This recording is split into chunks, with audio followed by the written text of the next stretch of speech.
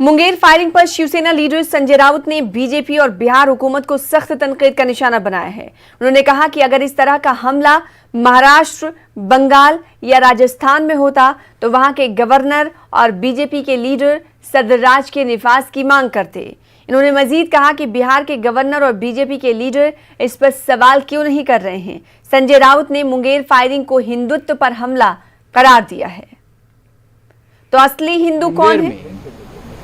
दुर्गा माता की विसर्जन का जो जुलूस निकला था वहाँ हिंसा हो गई। हिंसा के बाद वहाँ पुलिस ने फायरिंग की, उसमें एक की मौत हो गई और बहुत लोग आज भी गंभीर रूप से घायल हैं।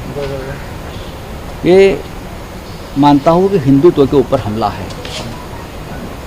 इस प्रकार से अगर दुर्गा माता के जुलूस पर हमला महाराष्ट्र में या पश्चिम बंगाल में होता तो मुझे पूरा विश्वास है वहाँ के राज्यपाल और वहाँ के सभी बीजेपी के हमारे जो पॉलिटिकल जो नेता है, राजकीय नेता है, वो सभी ने सबसे पहले वो मांग करते थे कि वहाँ राष्ट्रपति शासन लगाओ, सरकार को बर्खास्त करो और ये सरकार हिंदुत्व विरोधी है। तो अगर मुंगेर में इस प्रकार से हमला होता है जहाँ बीजेपी की भी सरकार है तो क्या हिंदुत्व का विरोध नहीं है? ये हिंदुत्व के ऊपर हमला है, मैं मानता हूँ। लेकिन अब तक न राज्यपाल ने उस बारे में सवाल उठाया है और ना वहाँ की बीजेपी ने सवाल उठाया है। मैं तो महाराष्ट्र के राज्यपाल महोदय को ये रिक्वेस्ट करूँगा कि वहाँ के राज्यपाल से बात कर लीजिए और कहिए कि क्या वहाँ का जो सरकार के जो मुखिया है क्या वो सेकुलर बन गए।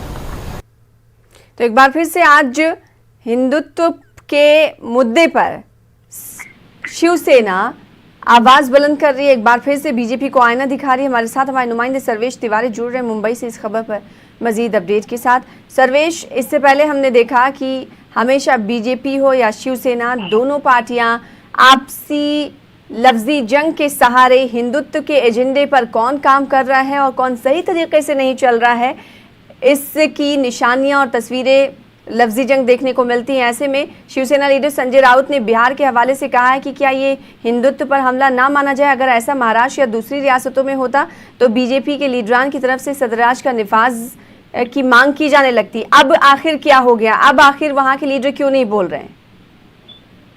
देखिए सलाह जी, ये जो निशाना साधने का दौर शुरू है ये शिवसेना और बीजेपी के बीच, ये एक जब से महाराष्ट्र सरकार बनी तब से जारी है। और शिवसेना का जो मुख्य पत्र है उसमें भी आज यही संपादकीय में बात कही है कि मुंगेर को लेकर बातें कही गई है।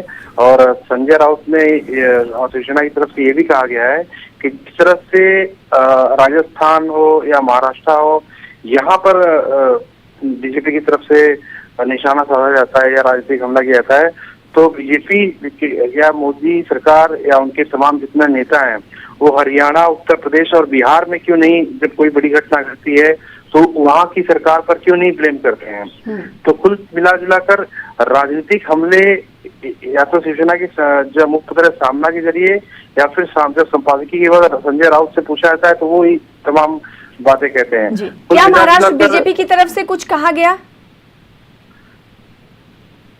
देखिए, उनके जो प्रवक्ता हैं वो तो आए दिन इस तरह के बयान देते ही रहते हैं। उनका टारगेट है कि अब 1 साल पूरा हो चुका है महाराष्ट्र सरकार बने हुए, कि किस तरह से उद्धव ठाकरे सरकार जो है उसको बार बार एक राजनीतिक एंगल के जरिए डाउन करने की कोशिश की जाए।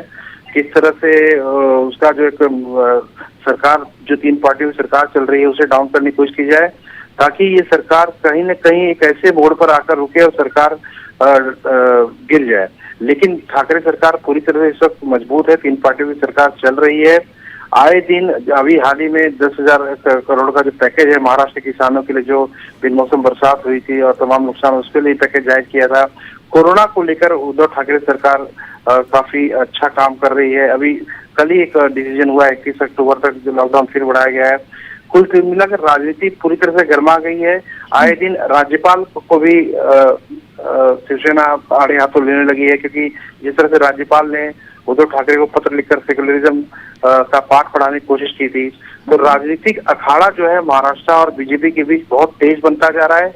और ये अखाड़े में अब एक पूरी तरह से दंगल कौन जीतेगा, ये कहना भी फिलहाल मुश्किल है, क्योंकि केंद्र में मोदी से वहां पर मौजूद है प्रधानमंत्री के रूप में, और यहाँ पर महाराष्ट्र सरकार राह तक रही है कि कब केंद्र से उनके जो काफी कुछ मदद के लिए पैकेज आने थे, जो कि महाराष्ट्र का एक हक बनता जीएसटी के रूप में, वो अभी तक बैलेंस है, वो मुहैया नहीं करवाया जा रहा है।